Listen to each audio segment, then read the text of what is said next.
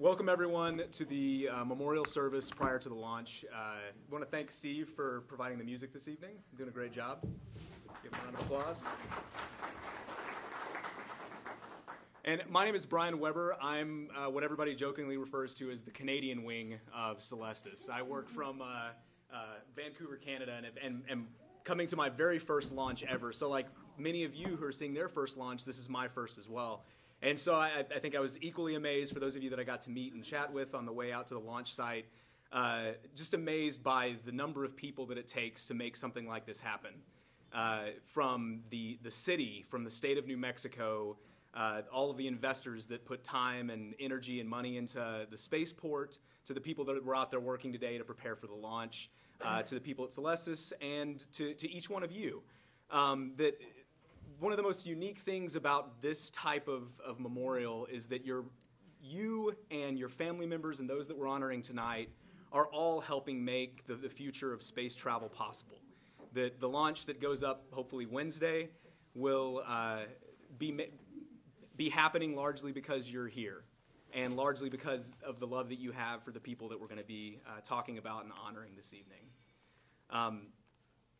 One of the first people that I mentioned that I think deserves a lot of the credit for this are the two towns that we're in visiting right now, from the wonderful staff here at the hotel that have really just rolled out the red carpet for all of us, and the kindness that they've shown us, to all the people in the city that have helped Steve and me find places as we've driven aimlessly around looking for things. To as well, we have both of the mayors of Truth or Consequences and Elephant Butte in the room with us tonight.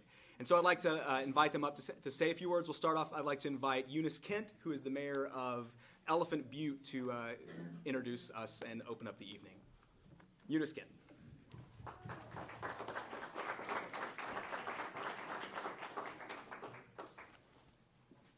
Good evening. It is my honor to be here, and I'd like to welcome you to our city. How many of you have been here before? Okay. This is the rest of you. This is your first time. Welcome, welcome. We love having people like you come into our community. I feel so honored to be here tonight, and to thank Celestis for the memorial service. I was privy to be at last year's memorial service, and it was just awesome. It is amazing to see and to come here and pay tribute to your loved ones, their passion for space, their dreams, and you making those dreams come true by being here and taking them out and being a part of Spaceport and the launch and all that's taking place. It is just amazing. I was sitting back there looking at the pictures, and everybody with some of the captions that were on the bottom. It was just so appropriate because people are so passionate about space. We are so happy to have Spaceport as one of our neighboring cities or areas, and we look forward and welcome so many people to come to Spaceport, because not only are we able to have events like this, there are other things that are being planned with Spaceport that we would love for you to come back and experience with us. So thank you so much for being here. And if there's anything that we can do to make your stay a great stay and a good experience, we are glad to do so. So thank you very much for coming.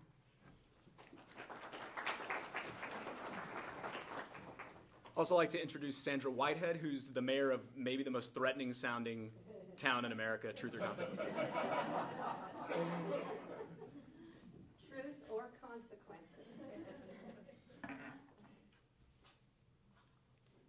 Good evening, everyone. My name is Sandra Whitehead.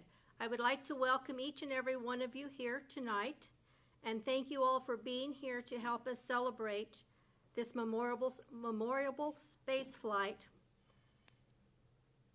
to be launched from Spaceport America. I would like to thank Celestis for the invitation to speak, and thank you for putting this great event together. I know this is a dream come true for all of you here today, as well as your departed loved ones. We are truly excited to be the home of Spaceport America, and we know there are great things yet to come, and we thank you and your families for choosing to be part of this dream. Godspeed to all. Thank you.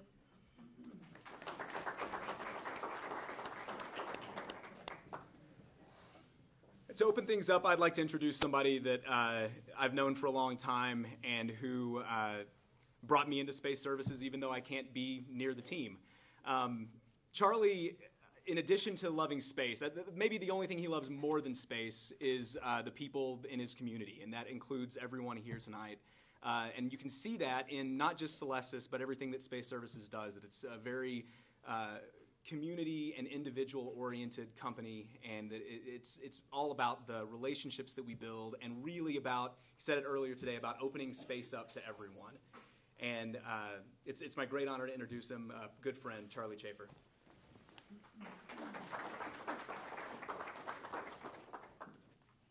Thank you, Brian. Good evening, everybody. Welcome to the 13th Celestis Memorial Space Flight, the Conestoga flight. These missions are very meaningful to a lot of people, but at the end of the day, they're most meaningful to you. This is your mission. We've flown on SpaceX Falcon 9s, we've flown on Lockheed Martin Athenas, we've flown on Orbital Sciences, Pegasus Centauros, we've flown on Up Aerospace, Spaceloft. I tell everyone who owns the company that we're riding on, you may think that's your rocket out on the pad, but I have about 50 guests or 300 guests or 100 guests who know it's theirs. This is your mission, this is your rocket, this is your memorial service, and it's really without you, we wouldn't be doing this, obviously, but I think the space community would be devoid of much great meaning. One of the driving forces of my life has been to, as Brian has said, to open the space frontier for all of us. As a young man growing up in the Apollo era, we couldn't believe that anything was more important on the planet than humanity's drive to move to outer space. Like most of my colleagues in the 70s, I kind of forgot about that. And then in the 1980s, I had the rare privilege to meet David Hanna Jr., who, as a wealthy Texan real estate entrepreneur, decided, after reading an article by Princeton professor Gerard O'Neill, that we really ought to become a multi-planet species. We ought to move off the planet, not for reasons as in the past that we needed to conquer other people or that we needed to acquire for ourselves, but because, as Dr. O'Neill says, the future is very simple. One can organize scarcity or create wealth. And I've always felt like that was kind of the easiest way to think about what I was doing. Not creating wealth for myself, but creating a wealth of opportunities as our planet incredibly shrinks and as we face crises, many of which are driven by resource shortages. All we have to do is look 100 miles up. Unlimited sunshine, all of the resources that we find on this planet, perhaps in different allocations, but they're all there. And who are we? The other thing is that there's no one out there that we have to colonize to go out and acquire those resources and create wealth for all of us. The other thing that drove me as a student at Georgetown University when I was there in the 1970s was the notion that, as I learned, new worlds are almost always opened for the most downtrodden people. The wealthy classes finance and send out the great exploration ships, but it's almost always as it turns out, the people that have less that are the first ones to benefit from frontiers. So that's the story of what's driven me for almost 40 years now to try to create space activities for all of us. I believe in it. I believe what we're doing is correct. I believe it's what I should be doing. And I believe that events like this, where I speak to 50, or events where I speak before the United Nations to thousands, it's the same message. We need to embrace our space future.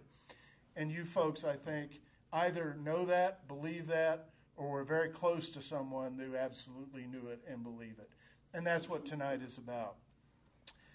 I want to say a word about the name of this mission, the Conestoga flight. Yeah, it's a covered wagon. And what's he doing talking about covered wagons? One of the benefits of being the CEO is I get to name all of the missions, unless I can't think of a name, and then I ask my staff to help me out. But this one was pretty easy for me because in 1982, our company, Space Services, Inc. of America, launched the first private rocket into outer space. Our president then was a gentleman named Donald K. Deke Slayton. Deke was one of the Right Stuff Mercury astronauts, and we went to an island off the coast of Texas that one of our very wealthy investors owned, and we put a rocket into space. And everybody at the time, this was before the space shuttle was flying, it was really before anything, and everybody at the time was, what's that all about? Commercial space flight? Doesn't NASA do all of that? And I was naive enough. I was a 27-year-old kid whose job was to open the legal and regulatory path to do that in D.C. And I was naive enough when we succeeded at the press conference.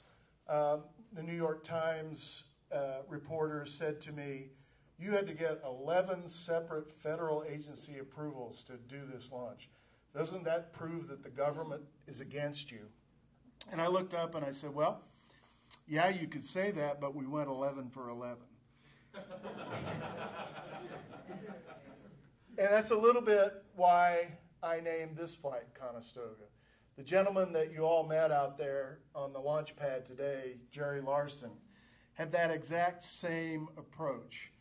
His idea, albeit 20, 25 years after we started everything, and I got to tell you, we thought after we'd done that launch, it was a breeze since then, but we discovered it wasn't easy. It wasn't, everyone didn't agree that there should be commercial space operations. But today there are. Today, in fact, commercial space, be it Elon Musk and Falcon, or Jeff Bezos and Blue Origin, or Paul Allen and Stratolauncher, everybody's doing commercial space flight. The one that I believe in most in today's world is Jerry Larson. And the reason that I believe in that is I've seen him do it by himself. He's truly a pioneer. He's flown, as I said out there today, he's done 9 of the Spacaloft missions. He's done several other missions. He's at least a dozen flights ahead of Sir Richard Branson out here. And I think that needs to be remembered. So we named this mission Conestoga after our first flight. Our mission was called the Conestoga 1. And it was named that by David Hanna. And David had the same vision that we all had, which was it's time to open up the space frontier. And, well, I'm from Texas, let's just do it ourselves. We had hired a public relations gentleman who had worked at NASA, wonderful man named Walter Panino, who escorted John Glenn around the world after his first orbital flight. And Walt didn't like the name Conestoga because he'd done what any good PR person should do. He's done some research. And he sent Mr. Hanna a letter, which I have today. Actually, it's in the rare papers collection of our earlier company at Rice University. And the letter, I won't read it, I'll paraphrase it, said, Mr. Hanna, I've been thinking about your choice of Conestoga, and at first I really didn't like it. And here's a quote from The Way West, a very popular book that described the Conestoga wagons as they didn't work very well. They always broke down. People never really got much past Pennsylvania in them anyway. But then the last sentence, he said, I read that the last sentence, and I think this is appropriate. And the last sentence went something to the effect, but the Conestoga embodied the spirit of the pioneers as they moved out west. They took what they had, they built it, they got as far as they could, and they moved on. Well, that's what I think Jerry does, and that's why I think it's appropriate for your loved ones to be on the Conestoga flight. And that's why that's the story behind Conestoga. At this point, it's the best part of the memorial service. We asked ahead of time, and we'll ask after we're finished if anyone feels like they want to speak. Because tonight, as I said, is about the folks whose names and mission phrases and photos you see here. All of them near and dear to someone who is here tonight. The other thing before I start is, isn't this amazing? Here we have 60 people in a room from as far away as Japan, but who drove from Philadelphia, from California, who come from all over the country. It's generally true that no family represented here knew anybody before they got here from another family. Yet I guarantee you, after today, after tonight, and after you experience the launch, either live or on our webcast, you all will be bound together forever. You will have shared a really touching and emotionally fulfilling memorial service with people who feel just like you. That's one of the great things about our launches. People often ask me, Charlie, how did you end up, in the funeral business? And well, I'm not really in the funeral business. I'm in the memorial business. But I say with a smile, and I hope all of you accept this in the spirit that it's intended. I said, you cannot go to any funeral and see as much high-fiving and cheering as you see at our launch events. We cannot eliminate your grief. You all lost someone very near to you, and you suffer even today, even though it may have been a while since you lost that person. I can't take care of that. You won't ever lose your feelings of loss. But what we can do, and what our staff and we do at every launch, is we can offer you a uniquely compelling opportunity to celebrate a life. And that's what tonight is about. And it's in that spirit that, first of all, I thank my staff. We have some amazing people here. You've met most of them. We have one I want to mention tonight, Zaniel Palermo, who's in the back, who's expecting his first child in less than 2 weeks. Yet, when we said, Zaniel, we got to have you. We can't do it without you.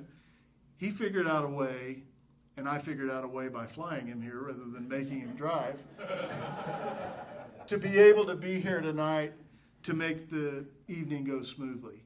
But all of our staff members are that way. I jokingly say we're all space geeks, but it's more importantly, we're all people that really just love the feeling of what we do. And yeah, we're trying to make some money at it, and yeah, we have big dreams about space and what we're doing. But at the end of the day, we get a good feeling by being able to provide this service for you, and that's from all of our staff. So I promised, I kept saying one more thing. This is it. So now, what I'm going to do is ask each of you who have made it known to Genevieve that you'd like to say a few words to come forward and to share with us whatever you want to share about your loved one, about why space was important, or why flying them into a parabola of outer space and back is especially meaningful. And I'd like to call first John Koshway. John is going to come up and speak on behalf of the family Koshway, who I believe, I don't know that you set the record, but you may well have tied the record for most family members of the Celestis. That's great. Well, thank you so much. We appreciate all you guys helping us out here and doing the rocket launch. It's been really amazing. I'm here to represent my dad, Charles Koshway, Chuck Koshway, and we do have an amazing amount of family here. Thank all you guys for being here. It's amazing to have your energy here. Dad loved space. He didn't believe in conventional religions. He didn't believe in a specific sect or anything like that, but he believed in energy, and he believed in physics, and he believed in space. So I think this was a perfect thing to send him off on his final journey up into space, back with the energy from which he came, from where all of our atoms came from. And so it was just great. I think this is a wonderful service, and I just want to thank everybody. I don't have a whole lot more to say, so thank you. Thank you. Thank you guys for coming. I appreciate it.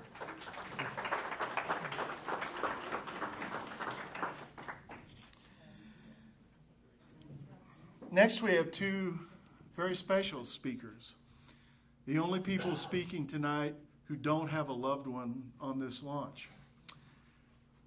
Brad Lee and Lisa Kane were scheduled to speak to us at the New Frontier flight when they did have a loved one on the launch. Like you, they suffered a little bit with it's going to go, it's not going to go, it's going to go, it's not going to go, it's going to go, it's not going to go. Finally went. They weren't able to make the third try. That was a launch that we flew on the Falcon 9, the first commercial mission to the space station from Florida. And I was just absolutely delighted when they said, Charlie, we didn't make our launch, but we want to come to this launch.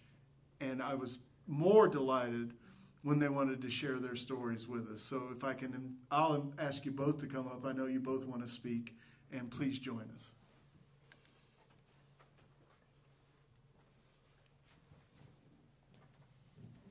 Thank you, Charlie. I'm Brad and my wife Lisa. We drove here from Golden, Colorado, and we're here tonight to honor the memory of our oldest son, John Brady. He passed away on May 7th, 2011. His younger brother Jonathan and his wife Nikki were unable to attend this weekend due to work schedules. Like Charlie said, the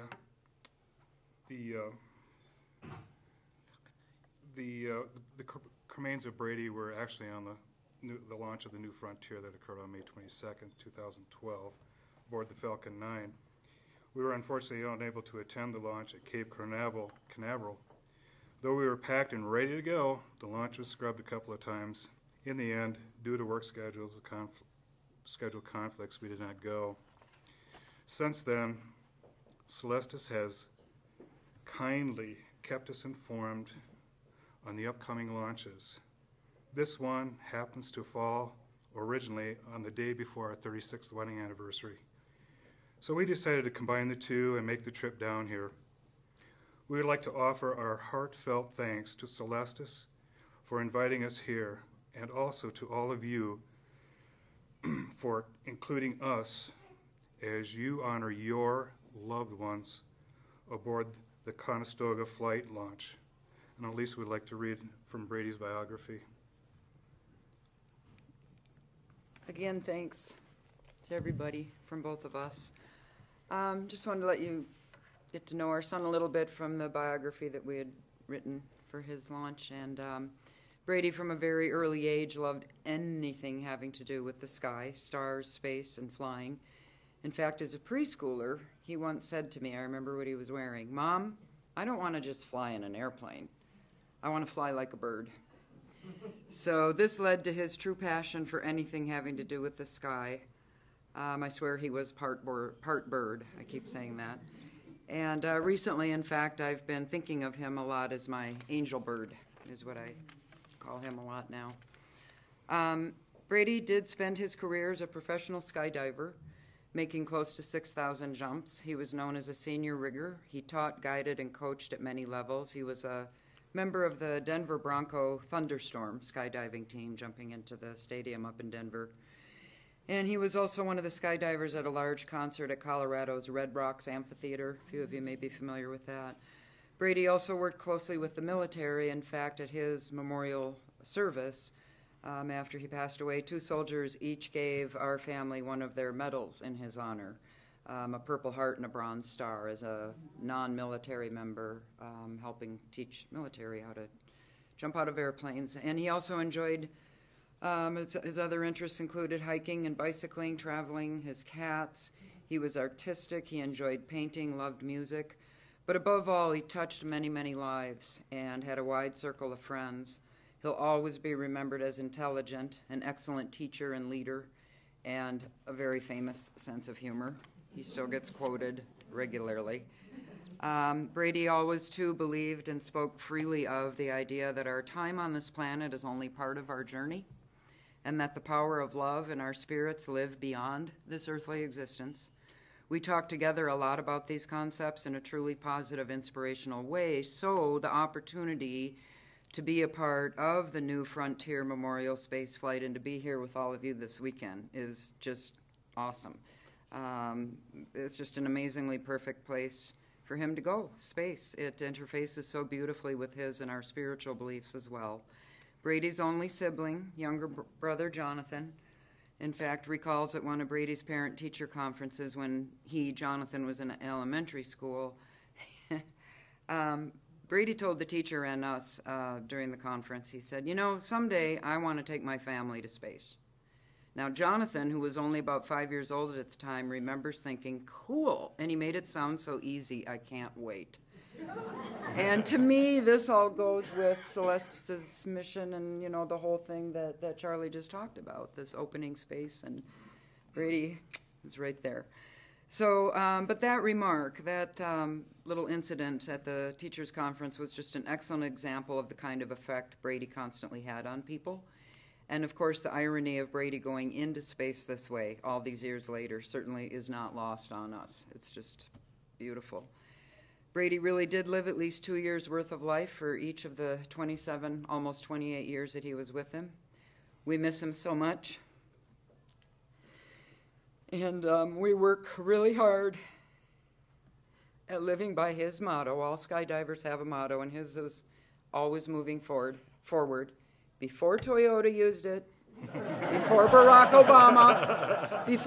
Obama made it popular, and now you hear it all the time. Brady, I swear, he didn't make it up maybe, but it was the first time I heard it. So we work real hard to keep living and honoring his motto, always moving forward, and also honoring his beautiful life. That's what keeps us going and keeps us inspired. And this whole experience is all part of that. And helps a whole heck of a lot. Thank you, everybody. Thank you. Thank you so much. Thank you, dear, for holding that. You're very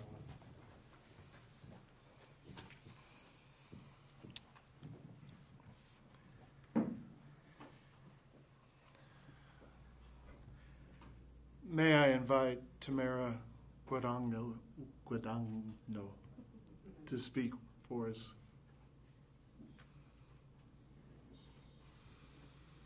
Tamara, thank you so much for...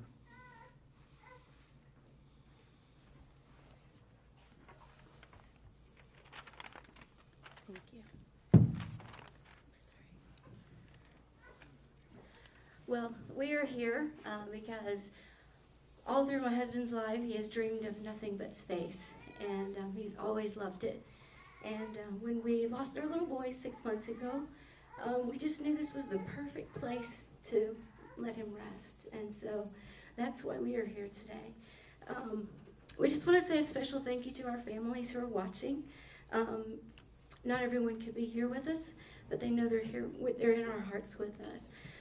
We just so appreciate everything that y'all have done for us over the last few months and just been there for us, and just know how much we love you so very much, and our friends as well. We just love you. We miss our Toby every day, and we will always look up to the stars. We have one named for him, and so it's just perfect that he's getting to go to the stars. Our biggest comfort, that is, if he couldn't see our faces when he opened his eyes, that he got to see the face of God. I just have a poem to read, and it says, "They say there is a reason, they say that time will heal, but neither time nor reason will change the way we feel.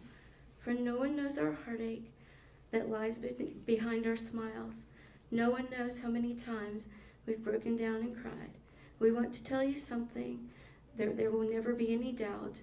You are so wonderful to think of to us, but so hard to be without." So we just want to say, we love you, our Toby, our little astronaut. Thank you.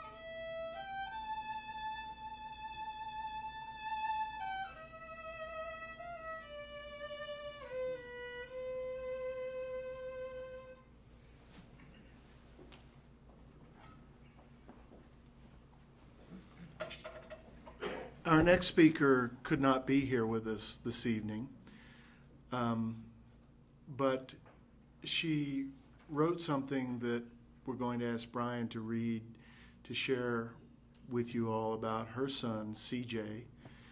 Many of you may have read the story of CJ Toomey. If you haven't, I suggest you go to the website, Scattering CJ. On every mission, Celestis takes a portion of our proceeds and we donate them to charities that we think our participants and their families would believe in, or that we believe in, or hopefully both. We've sent a young man to space camp. We've funded the X Prize Foundation. We funded urban debate leagues.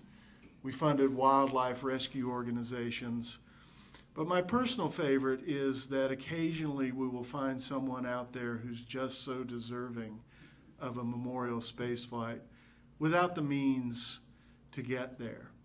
And so we created internally the Celestis Foundation, and we offer those folks a complimentary flight. And we're really offering it on behalf of you, because it's because you all selected our service that we have a few incremental dollars that we're able to pay the launch services provider with, and every once in a while provide someone with a flight. We made that decision for CJ Toomey, and I'm going to invite Brian to come up here and read the note that his mom sent us.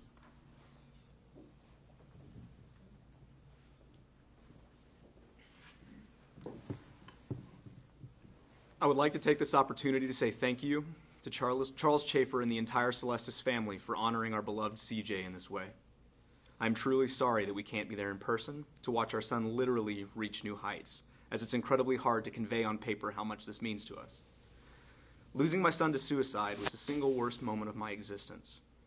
I would simply give up my own life just to bring CJ back, but realize nothing can change the past. Nothing will ever fill the void left in my heart, and truly, nothing will ever be the same without him. Life just doesn't make sense most days. One of the few things that does make sense, and what keeps me going in the wake of such tragedy, is scattering CJ. Starting this journey to give my larger-than-life son the opportunity to see the world he never saw and to forever rest in locations far beyond his wildest imagination has allowed me to keep his memory alive. As his mother, my single biggest fear is that my beautiful, charming, and charismatic son will be forgotten. Scattering CJ has helped ensure that people everywhere won't let that happen. We've been absolutely astonished and repeatedly brought to tears at the kindness of others throughout this experience. Day after day, complete strangers reach across the miles to offer their assistance in scattering a small part of our son. Each of these offers is appreciated and welcomed and never taken for granted. No offer is better or worse than any other. They are all uniquely awesome. Yet awesome doesn't begin to describe the offer that connects us all today. Celestis has given our family a gift that we will never forget. Mr. Chafer and his amazingly compassionate staff at Celestis have reached out and offered us an opportunity we didn't even know existed. Mr. Chafer's desire to see that a part of CJ literally reached outer space still takes my breath away. CJ had a huge, in all caps, personality, a 100-watt smile, a desire for all things adventurous, and a love of attention. I can't think of anything more perfect, again, all caps, for my fun-loving and outgoing son than hitching a ride on a rocket. Mr. Chafer, you couldn't have given CJ and our family a more perfect gift. Working with the entire Celestis family has been a very powerful experience. They deserve to be thanked with every fiber of my being. Without their unexpected generosity, we would not be looking at the sky as yet another place to remember our son. Although I would do anything to have my son here with me and not there on that launch pad, I am humbled that CJ was chosen. I started scattering CJ without any real expectations and am pleasantly shocked to see how far it has come. Please know that if I were there with you all this weekend, you would see me both smiling and crying. Smiling because my son is about to take part in an actual out-of-this-world experience, but crying because I don't get to see that amazing smile anymore. Thank you again from the bottom of my very broken mom heart for choosing my son for this amazing honor. You have simply made my day.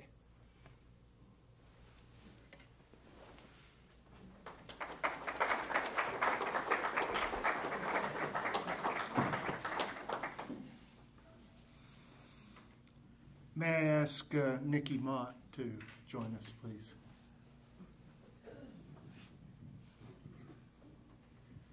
What amazing stories we've heard and what amazing stories we all have. We are here, 12 of us, to honor our mother, who was born Edith Nichols in 1922 in a little town in New Mexico called Santa Rita. Santa Rita is close to Silver City, where her family had come by. I'm going to throw out some key words here that will explain why our mother is on this particular flight. Her family had come to Silver City, New Mexico by Conestoga wagon in the 1870s. So when we heard about Celestis, we were interested, but then things kept falling into place that made more and more sense for our mother to be on that flight. She was born in Santa Rita, which later became known, well, it became a copper, I'm trying not to use my nose. It became an open copper pit, a huge open space. Also born in Santa Rita was Harrison Schmidt, who was an astronaut and a geologist, and he was, if not the last man, to set foot on the moon. He was the second to the last man to set foot on the moon, and he started a group that he called the Generation Born in Space. Mom and our father went to many of the reunions of the Generation Born in Space. So we decided that this would be a very fitting send-off for our mother. She was born in New Mexico. She raised us in Indiana. There are 4 of us, and if I can have people stand up real quickly, I will toward the end because we have the youngest in the group. She loved Indiana. She raised us with a lot of freedom, a lot of attention. If we needed her time, we knew that we had Mom's time. She took care of our father in his last years as he had lost both of his legs to diabetes. And Mom, with the strength of a frontier woman, coming from New Mexico, took care of Dad pretty much by herself. She lifted him, she fed him, she cared for him. After he passed, one of our sisters, Margaret, offered to live with Mom so that Mom could have the same kind of care that she had given Dad. When Mom arrived back in New Mexico, she looked up at the skies and she said, "It's good to be home." She saw the blue skies of New Mexico. She saw the contrails, which are the jet remains, and she said, "Look, they have sky ribbons." So we have always referred to contrails as sky ribbons. She was a music person, just the notes. She started playing piano when she was 5 years old, and her piano was brought up almost by a Conestoga wagon from El Paso to Silver City, and she always had music in her head. As we got older and we were in college, she didn't want to be left alone. She did get a degree from UNM, but she went back to school and she got a master's degree in music so that she could share her music and teach other people to share music. She encouraged all of us to have educations and to scatter, which we have, from one coast to the other. Okay, let me make it quick. She was a lover of New Mexico. She was a lover of everything new. Our mother was always very young. Although she died at the age of almost 91, she remained young. And when she did have to go to a home where they could take care of her, the caregivers, one of them approached us one day and said, you know, whenever I need to be cheered up, I go talk with Miss Nikki. I also ran into a caregiver recently at Walgreens, and she said, are you Nikki Lee's daughter? And I thought, gee, do I have her smile? Do I have her attitude? Do I have her sense of adventure? What is it that you can tell I am Nikki Lee's daughter? She said, you know, Nikki was she was a wanderer. She liked to wander, but she said Nikki was always the most pleasant of our residents at the home. So we send Nikki, who was originally Edith, but too playful to be Edith. So she had to become Nikki. Our son, Cameron, has a 2.5-month-old great-grandson and a sweatshirt that says Grand Nick. That was, she became Grand Nick. We also have her youngest daughter, Rue, from California. Our youngest family member, Tina, from Arizona. Tina to stand up, yeah. Had to make sure she came out. We have little Aiden Mott. Margaret, who took care of Mom as well as Mom took care of Dad, and we thank you, Margaret. We have my husband, Jim, who was kind enough to move me back to New Mexico, the land of enchantment. Our brother, John,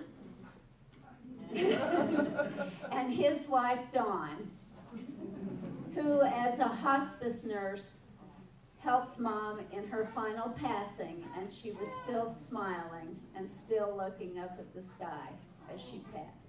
Thank you. Thank you all for what you're doing.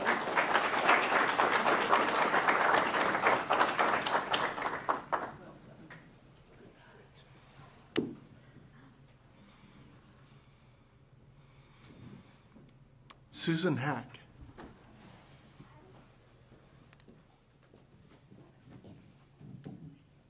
Hi.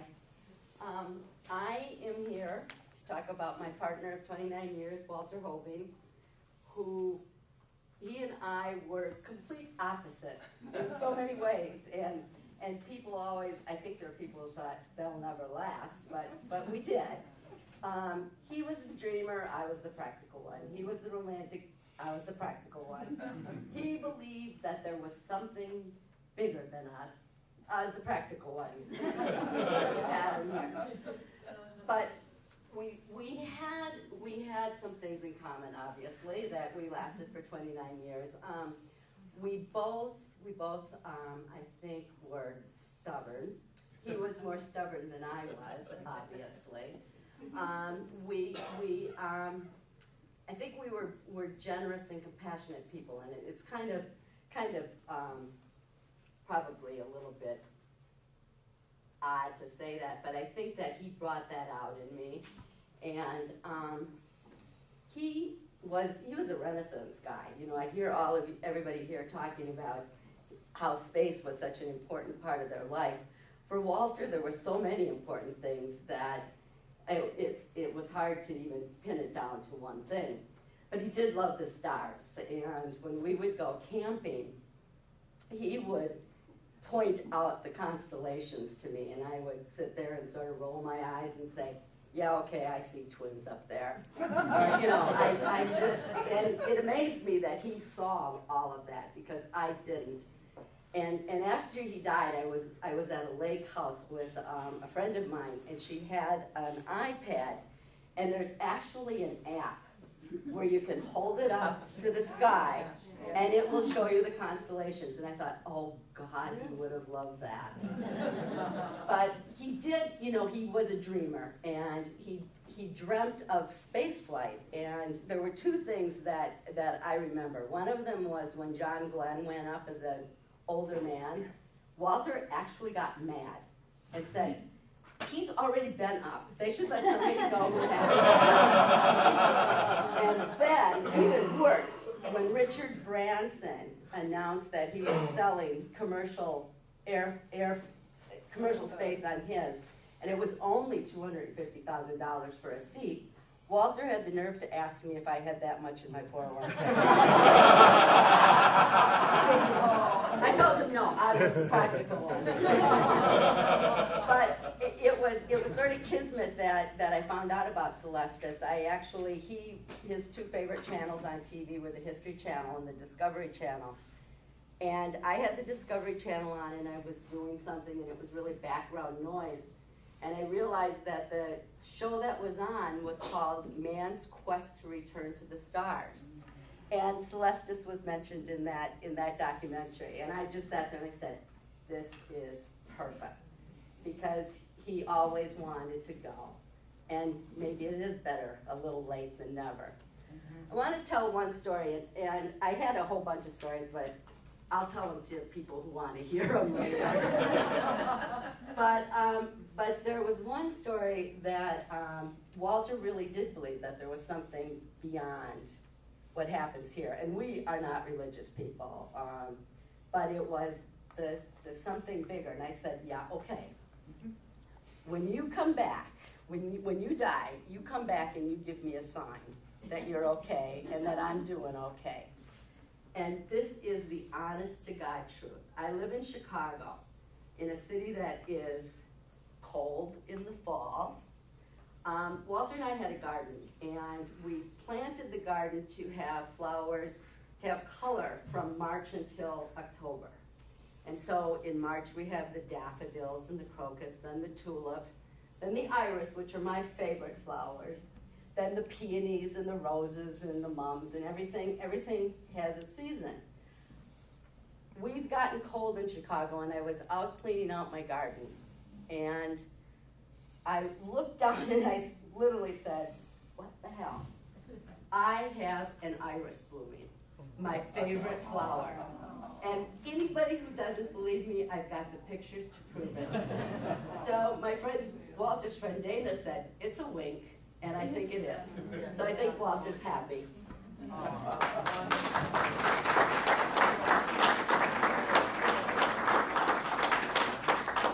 It's a great story, and I believe that the lounge will be open until 10:30 tonight for additional stories. May I ask Michelle Bonner to join us, please? Well, she said she was going to be tough to follow. Thank you. I'm here with my two sons, Kelly and Brendan, who are too chicken to come up with me. And, I just want to thank everybody with Celestis. You guys have just been fantastic and just so friendly and comforting, and I got to get through this without crying. So, Michael was quite a character. We were married for 32 years, and he is the one who found Celestis. And when he found out he was ill, he said, that's where I'm going. He goes, you better get me on there, that's what I'm doing. He was actually upset because he couldn't be with Scotty. And I'm like, no, we're good on that. You can stay a little longer, you know. And so he's the one who found it, but we're the ones who promised we'd get him here. And you guys have been fantastic. And I wanted to give a shout out to, there's a lot of friends and family who are anticipating this and watching this that couldn't be here with us, that are all over the United States and Canada. And Mike, the reason why we chose this is Mike was an adventurer, and he loved space ever since he was a little boy. He would lay on his rooftop and just stare at the stars and the planets, and he would want everybody else to be a part of it. He would get so excited, and like you had said, you know, he'd be showing me stuff, and it's like, oh, that's cool, honey. That's really good. I like that. And he would work for hours on his telescope just hunting like an obscure star. And then he'd come running, and he'd be like so excited, and he'd show us. And I'd look in the thing and say, yeah, that's great. Okay, come get me when you find the next one. I just would feel so bad that I just couldn't sit there while he was hunting for them. But he could stay up all night long just searching for them. And he's already been shot into a fireworks display. This will be one of the top ones. This will be the top adventure. But I think his ashes will have been on more adventures than some people have had in a lifetime. He's been spread all over the United States, and we're planning on spreading them all over the place, all over the world, if we can get them. And he taught us a lot about space. The only thing he forgot to do was teach any of us how to use his telescope. So, we have this giant telescope. We have an observatory on our property. None of us knew how to use it because you couldn't touch his stuff, you know. And he was a skydiver, and he enjoyed skydiving and scuba diving and base jumping and jumping out of airplanes, jumping out of hot air balloons. And the other thing your son might have said is there are no perfectly good airplanes. That's why they jump. That's why they always have their parachute handy, because there are none. But I so far have hardly even followed any of my notes that I had planned. But as my family knows, I kind of throw things together at the last minute. I was writing things on the bus on the tour today. But I just really think this is an awesome thing you guys are doing, and he is just, he's just in heaven with loving this excitement. That's him right there. That's my Mike. And I'm so glad we could do that for him. So thank you very much. Thank you.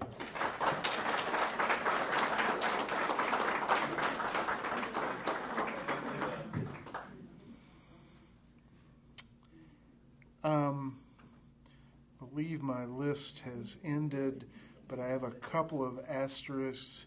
John Ottaway, do you want to join us? Thank you. Hey, yes, you'd be next. Thanks, John. Thank you. Tell from my accent I've come from Britain to be here today, so this flight better go ahead. And I apologise for my scruffy attire. Whenever I do anything for my son Jamie, this is how we dress for his funeral. Red hoodie and shorts, because that's what he always wore. There was no black. We had, none of us are religious. We aren't a religious family. So we sort of did it all ourselves. His coffin was all pictures of himself. We gave people Sharpies. They came up, wrote messages all over it. He was a member of the British Royal Legion Riders. The Royal Legion is a military charity. They raise money for veterans in the UK. Myself, my father, my grandfather, all ex-army. Jamie wasn't, but he still joined to raise money. And they had an 80 bike escort for his funeral, and he was on a sidecar. That was there, yeah. So 200 people came to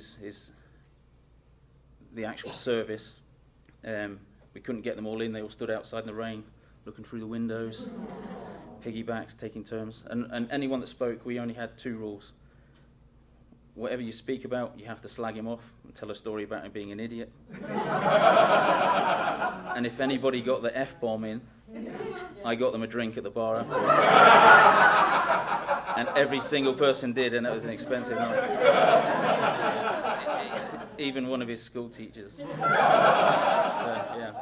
yeah. He was, when he left school, he'd always been into space, or flying especially. And when he left school, he joined did an aeronautical engineering apprenticeship. He went on, he was absolutely obsessed with the Apache helicopter, which we also have in the UK from yourselves. Thank you very much for that.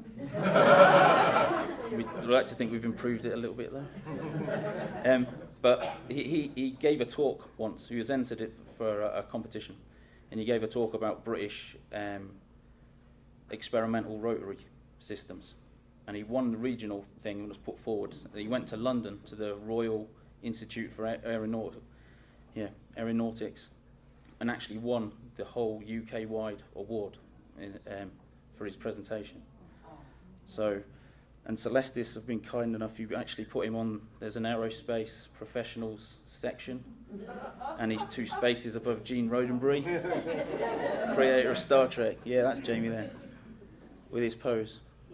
I actually carry a photo around. You might see me holding it up and taking photos. We then hashtag that, and it's Jamie is wondering, and then whatever we're doing that particular day. We've taken him, again, we put him, he's on his birthday, he was in a firework display. You got a lot more sparkle, don't you? It's very good. And we carry him around a lot. I've taken him to science festivals, and he's had photographs with scientists. Some are actually Knights of the Realm, and they posed. We took him to Comic-Con in London earlier in the year. Put a deer stalker on him, put him in Sherlock Holmes' house. And at Comic-Con, where he stays, we have a geek room. What was his bedroom? It's the geek room now. And it's all film posters and comic book posters, and we have a zombie corner, because he loves zombies, so he sits in the zombie corner. And George Romero, who did Dawn of the Dead, Day of the Dead, all these, was at Comic-Con. So I took him, I had Jamie in my backpack. And there was a sign behind George saying, couldn't pose for photos, because the queue was so big for his autograph. And when I got there, I explained I had Jamie. And I said, I'll be perfectly happy, I understand you're busy, I'll walk away, it's not a problem, I don't want to guilt you into it. But he posed for a photo with Jamie. So that's Pride of Place, that's up in the geek wall with Jamie. So yeah, this is just in keeping. We're going to hopefully have none of him left. We're going to blow him up, send him all over the place. I've actually got in touch with Haley Toomey, and we're going to get some of CJ and take that. I live near Stonehenge. It's like a 5,000-year-old monolith, so he's going to get scattered around Stonehenge. I sent her pictures of the rocket today, saying that's our boy's new ride. So yeah, it's nice to meet you all. I'm sure we'll exchange some good stories later. And thank you, Celestis. Thank you very much. Appreciate it.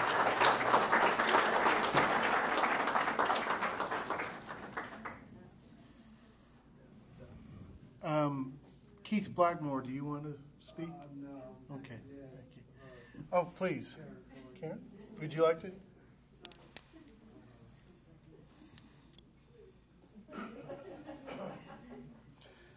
So we have Karen Carney joining us. Thank you. You're welcome. Hi, I'm here to blast my husband off into space. I didn't get to speak at his memorial service. It was the same thing. We were more spiritual than religious, so I let everybody get up and tell stories. And my husband was a character, so all the stories were pretty funny. Well, I was surprised as many people got up as they did, and we ran out of time, so I was the only one who didn't get to speak. So this is my do-over. My husband and I, we traveled the world together. We had adventures, that's what we call them. You know, it was like, oh, let's go climb Machu Picchu. Okay. You know, a month later, we'd be in Peru. So I decided to take his ashes. Well, I have to backstep a little. My brother-in-law married a Hindu woman, and the Brahmin came up to us after their wedding and said that our souls were connected. And I said, well, what does that mean? And they said we would go through 7 life cycles. And each life cycle, we would find each other, and after the 7th life cycle, we would reach nirvana. So after he died and I had his ashes, I decided I would go through 7 journeys, 7 adventures with him. Half of them were places that were really special to us, and the other half were his bucket list. And I would, every year, you know, when it would be like, okay, where do we want to go this year? I would say to him, where do you want to go for our adventure this year? And he would say, space. And I would say, yeah, like the one between your ears? Like, come on. Like, I'm not going to, we can't go to space. He loved Stephen Hawking. He loved anything science, physics. And so when I heard about Celestis, I said, wow, this is an omen. Like, I can do this as part of his bucket list. So I have one more place to go, which is India. He will be scattered in the Ganges River. And then the 7 journeys will be done, and then I can put him to rest somewhere. I just don't know where yet. So thank you. Thank you. I'm done.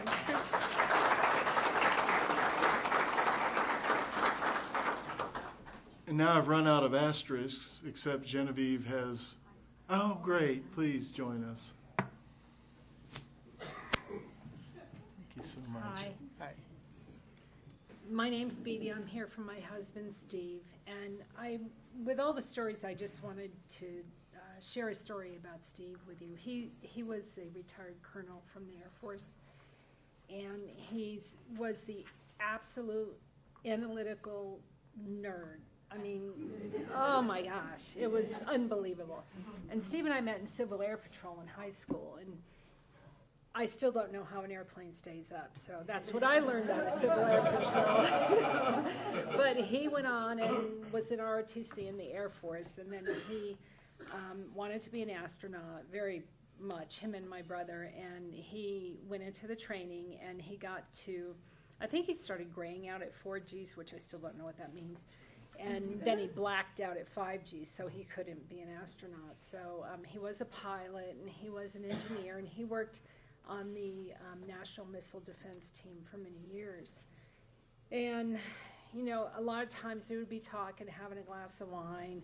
I remember distinctly there was a political situation about 10 years ago in the world, and I asked him about it, and he became a colonel and said, I can't talk about it. And so I would always say to him, hun, write down a secret and put it someplace, so when you die, I'll find it. I'm going to look for it, you know, and I'll sell it back to the government. And, you know. He wouldn't do it. I still haven't found one. But one time, and he was just the most analytical man. It was, if he was here speaking, he would say something like, you know, good evening. It's Sunday, October 19th, that, you know, we're at this longitude and this latitude. I mean, it was unbelievable. So, and he worked for Lockheed Martin after he got out of the service for quite a while, and they used to have these hail and farewells every quarter. So people who were coming and people who were leaving, they said hello and goodbye to. And they were all retired military. And they're all working on the missile defense team, and all of the spouses, we had no clue. So we were in a bar, and there was about 5 of us, and my husband's boss and 5 other engineers, and they're working on the missile defense team. And we started talking, my boss's wife and we started talking about E.T. I don't even know how it came up, but we started talking about E.T. And so I said to her husband's name was Steve also, I said, does Steve believe in E.T., you know, that there's E.T.? She goes, oh yeah. I said, oh, let's ask him. So, you know, everybody's having a drink and all of the nerds and their spouses around the table. And I said to my husband's boss, Steve, he said, yeah. I said, do you believe that there's extraterrestrials? And he just, like, they all became colonels. It was amazing. It was amazing. They all sat up straight, and he looked at me and said, absolutely. And it was like, absolutely, why are you stupid? Almost. He didn't say that, but that's what he was thinking, you know. And so I know I know in my heart there's something way more out there than we think there is, and I just wanted to say thanks.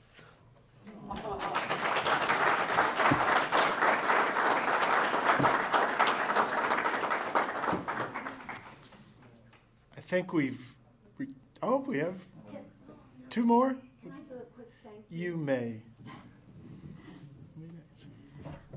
Yes, I just wanted to say publicly and on the air, thank you to Christiana, who was so wonderful and so encouraging, and the rest of the room is saying thank you, Christiana. We appreciate everything that you've done. You kept us going, and you kept us knowing that this really could occur, even though there were a lot of doubters when we would mention it to friends. Oh, I'm sending Mom up into space. Yeah, right. Cute. I also want to thank Genevieve for everything that she has done, and Christiana's cousin, Ligia. Yes, Ligia. Thank you very much. And I left out our grandson, Casey, who was the young man who was privileged to be taken up close to the rocket. And I think that we have started another generation who will continue to finance and to support space, all as we know it needs to be encouraged. So I also thank Casey, and I thank his mother, our daughter-in-law, Rebecca Mott, and I'll just say once more, thank you and congratulations to all of you. Bless them all. I believe we have one last speaker. Please join us.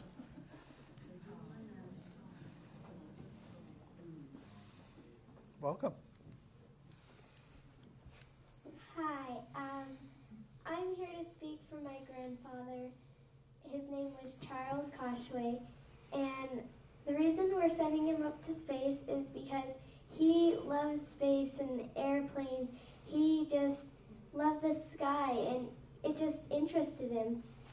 And he would always build like model airplanes, and when he passed away, we went through his stuff and we found a whole bunch of things. He loved to build, so we found a bunch of epoxy cups. And he never really liked to dress fancy. He usually liked to dress casual. If he was here right now, he would probably be wearing a plaid shirt and sweats. Thank you.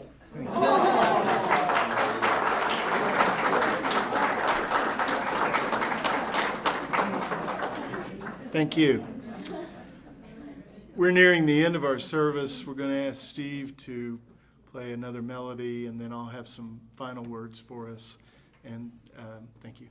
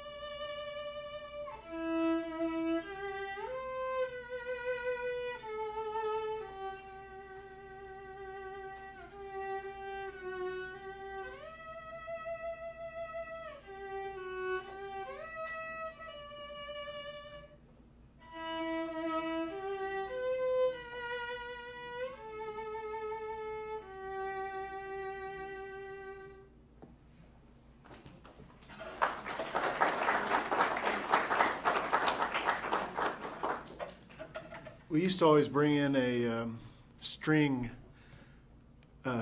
ensemble to entertain you. And when I hired Steve, he didn't tell me that I got extra benefit. Thank you very much, Steve. This is the portion of the evening or day when I always do what I call the pre-launch briefing. And this one's a little strange for me, and you'll see why in just a moment. But this is the time when I talk to you all about what you'll see tomorrow. And in any launch event, 3 things can happen, 2 of which we won't like. The first thing that can happen is it goes just wonderfully. It achieves the goal and the dream that we all have, and we all walk away with that wonderful, exhilarating feeling. The second thing that can happen is that there's a launch delay, and all those hopes and expectations have to wait. And just as you've entrusted us with your loved ones for, in some cases, many months, waiting for this day, you'll have to wait a little bit longer. But you have a promise from me that we will take your loved one to space, and we will make it an enormously successful mission, and we will do our best to capture it however we can for you. Then there's old number 3. 2 of our missions did not succeed. They did not get to Earth orbit as they were planned. They ended up scattering the precious loved ones at sea as they re-entered the atmosphere. And I always tell people you have to be ready for that, because this is pioneering. This is a frontier. This is, after all, rocket science. And while we are making tremendous strides as humans trying to reach space, we're not yet perfect, and sometimes missions failed. And what I say at all of those times is that I think about that, and I think about the fact that even with a delayed mission, we may not see a success when we finally fly. And I ask everyone to prepare themselves for that. And Christiana and Genevieve and all of us hopefully have done that for you. And tonight's not the first time that that possibility has been explained to you. But I think about me. And I think, as I've told more reporters than I can remember who always think they've got the killer question at the end of the interview and say, well, are you going to do this? And my answer is fairly routine at this point. I say, absolutely. I tell my staff when I pass away, we're going to exercise founder's prerogative and just fly me until you run out of me.